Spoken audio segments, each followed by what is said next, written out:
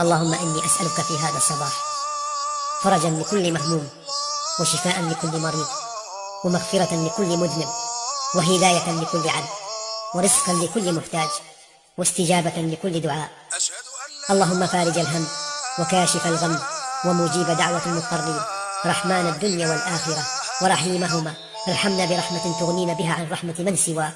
لا إله إلا أنت سبحانك إني كنت من الظالمين. جعلكم الله من المطمئن قلوبهم، والمنشرح صدورهم، والمضاء دروبهم، والمجاب دعواتهم، ورزقكم رب طول العمر وصلاح العمل مع طيب المقام وحسن الختام، وجعلكم من أحباب سيد الأنام، وأدخلكم جنة الفردوس بسلام. اللهم في هذا الصباح ارزقنا بركة في العمر، ونورا في القلب، وضياء في الوجه، وسعة في الرزق، وثباتا على الحق، ورضا في النفس،